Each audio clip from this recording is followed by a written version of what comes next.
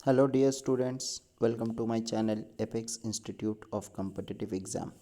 बहुत दिनों से आप लोग क्लर्कशिप एग्ज़ाम का वेट कर रहे थे, तो फाइनली कल जो है notification West Bengal public service commission की तरफ से आया है। तो आज इस वीडियो में मैं आप लोगों को क्लर्कशिप से रिलेटेड ही बताऊंगा। तो जिस तरह से मिसलेनियस का एग्ज़ाम में था कि कोई एडिट विंडो नहीं आने वाला, इस बार मिसलेनियस में भी ऐसा ही नोटिफिकेशन आया था जिसमें कोई एडिट विंडो नहीं था। यानी कि आप जब भी फॉर्म फिलअप करोगे तो बहुत ही केयरफुली आपको फॉर्म को फिलअप करना पड़ेगा, क्योंकि कुछ भी अगर गलत होता है तो फिर इसमें एडिट विंडो नहीं दिया जाएगा। तो फाइनल सबमिशन से पहले आप लोग काइंडली अच्छे से बहुत ही केयरफुली A to Z अपना A to Z डिटेल्स को चेक कर ले, तब फिर फॉर्म को सबमिट करें। जो कैंडिडेट लोग एनरोलमेंट नहीं किए हैं, पहले तो one time enrolment one time registration करना पड़ेगा, तो वो तो करना ही है। लेकिन जो कर चुके हैं उन लोगों को भी फिर से एनरोलमेंट करना पड़ेगा, यहाँ पर लिखा हुआ है ये चीज़, तो ये याद रखना आप लोगों को। उसके बाद देखिए, ये एग्ज़ाम जो है बेसिकली ये एग्ज़ाम होगा दो पार्ट में। ठीक है, ये पोस्ट है आपका क्लर्कशिप का पोस्ट है, तो ये आप लोगों को पता ही है। तो ये दो पार्ट में एग्ज़ाम होगा, पार्ट 1 और पार्ट 2। पार्ट 1 जो है एक्चुअली ऑब्जेक्टिव टाइप है, यानी MCQ, जिसमें 100 मार्क्स का क्वेश्चंस रहेगा, और जिसमें आपका नेगेटिव जो है 0.25 है, यानी कि 4 क्वेश्चन अगर गलत करते तो 1 मार्क्स आपका कट जाएगा।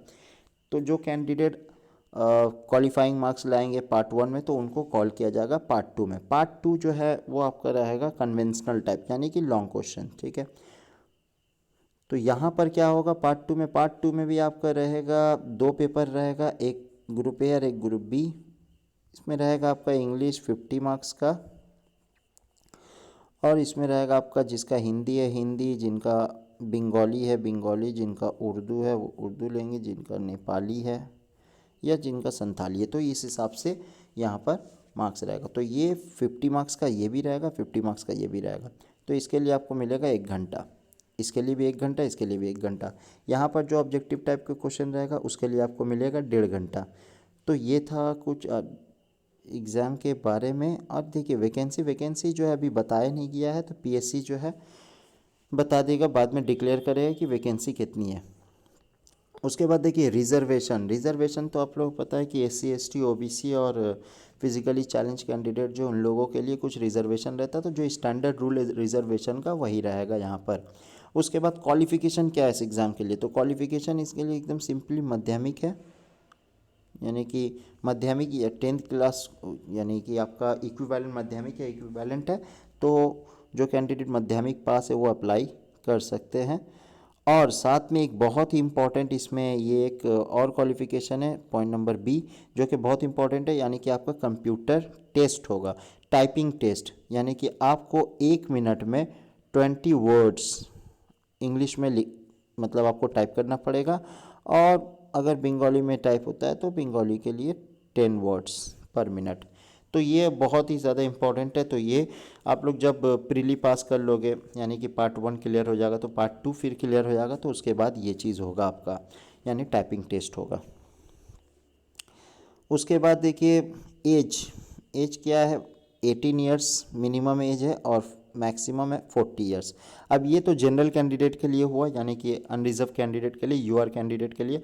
अब जो स्टैंडर्ड जो एज रिलैक्सेशन है वो मिलेगा ही, जैसे कि SC ST और बाकी जो है आपका फिजिकली चैलेंज्ड कैंडिडेट के लिए 5 साल का रिलैक्सेशन रहता है, यानी कि उन लोगों के लिए जो एज हो जाएगा मैक्सिमम 45 ईयर्स। और OBC कैंडिडेट के लिए हो जाएगा 3 साल का रिलैक्सेशन, यानी कि 43 ईयर्स, यानी इन लोग 43 ईयर्स तक और उन लोग 45 साल तक एग्ज़ाम में पार्टिसिपेट कर सकते हैं। यानी कि जिनका 45 ईयर्स है या 43 ईयर्स से, तो वो अगर वो SC ST से बिलोंग करते हैं या OBC से, तो वो लोग भी इस एग्ज़ाम में बैठ सकते हैं। उसके बाद ये बहुत इंपॉर्टेंट है, कोई भी अगर कैंडिडेट एक से ज़्यादा फॉर्म अगर फिलअप कर देता है, भूल से हो या कुछ भी, तो उसका फॉर्म को कैंसिल किया जा सकता है। तो ये भी ख्याल रखिएगा कि आप लोग फॉर्म जो है बहुत ही एहतियात से एक ही बार फिलअप करके एक ही बार सबमिट करें।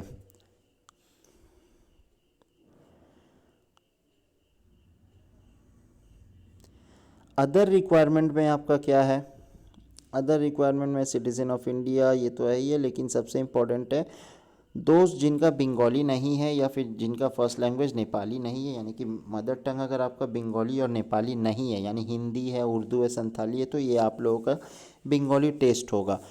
उस बंगाली टेस्ट को आपको पास करना पड़ेगा। अगर यहाँ पर लगता है पीएससी को कि आपके पास पुअर नॉलेज ऑफ बंगाली है, तो यहाँ पर आपका सिलेक्शन नहीं होगा, आपका कैंडिडेचर को कैंसिल कर दिया जाएगा। ये भी याद रखिए। तो Bengali test, Bengali knowledge is must, यानी कि आपको लिखना पढ़ना बोलना आना चाहिए बंगाली, क्योंकि फॉर्म फिलअप करने के टाइम में ही आपको देखिएगा एक कॉलम रहता है, do you have the speak in reading writing और स्पीकिंग बंगाली, तो वहाँ पर आप यस करते हैं।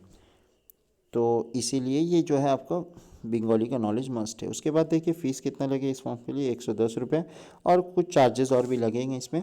अब देखिए ये जो फ़ीस है ये तो जनरल कैंडिडेट्स के लिए हैं और ओबीसी कैंडिडेट के लिए। जो एससी एसटी कैंडिडेट है उन लोगों को कोई भी फ़ीस नहीं देना पड़ेगा, लेकिन अगर एससी एसटी कैंडिडेट है और वो दूसरे स्टेट से है, तो दूसरे स्टेट के जो एससी एसटी कैंडिडेट उनको फुल फीस देना पड़ेगा, क्योंकि उनको ट्रीट किया जाएगा एज अ जनरल कैंडिडेट। यानी कि बाहर स्टेट से जो एससी एसटी कैंडिडेट्स है वो लोग एज अ जनरल कैंडिडेट ही उन लोगों को ट्रीट किया जाएगा, यानी उन लोगों को किसी तरह का रिजर्वेशन वगैरह नहीं मिलेगा।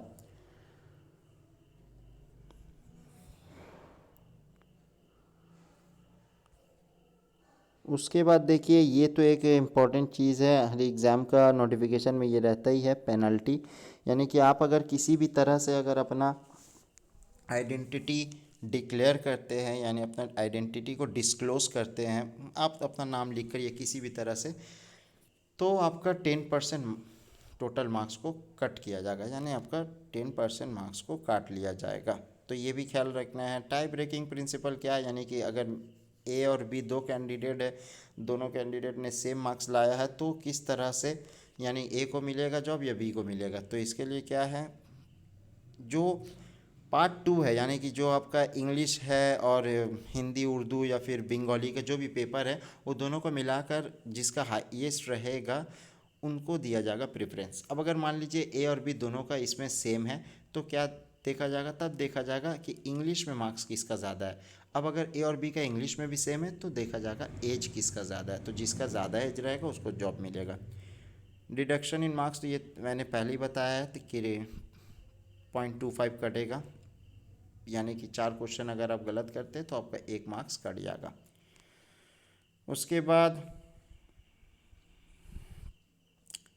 लैंग्वेज ऑफ द एग्जामिनेशन, यानी कि आप अपना पेपर जो है दे सकते हैं इंग्लिश में भी और बंगाली में भी, लेकिन एक ही मतलब एक पेपर में आपको एक ही लैंग्वेज में लिखना पड़ेगा, और इंग्लिश को तो ऑब्वियसली आपको इंग्लिश में ही लिखना है।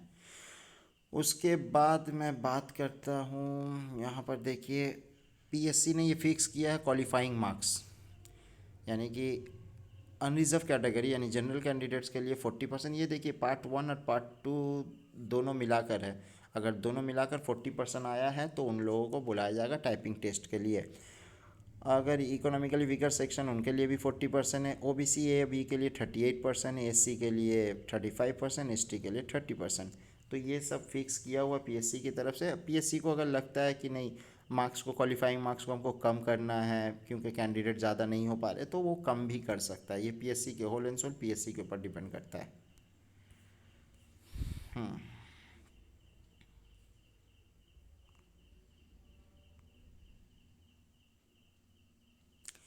ये तो मैंने आपको पहले ही बताया कि जो पार्ट 1 पास करेंगे, पार्ट 2 पास करेंगे, तब उनको बुलाया जाएगा कंप्यूटर टेस्ट के लिए, यानी टाइपिंग टेस्ट के लिए।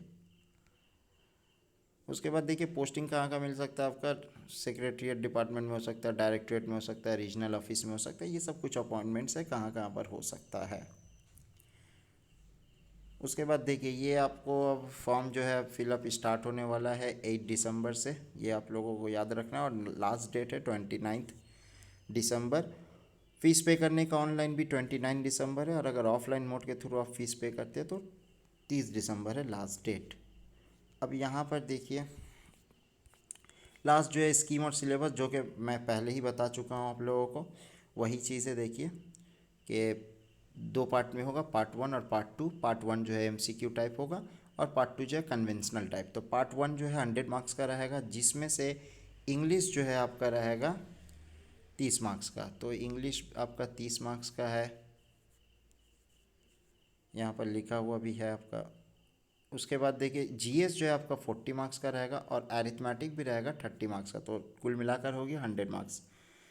अब ये जो है इंग्लिश में क्या क्या आएगा नहीं आएगा, तो इंग्लिश में देखिए फंडामेंटल रहेगा, वोकैब रहेगा, grammars, sentence structure, antonyms, synonyms, ये सब रहेगा।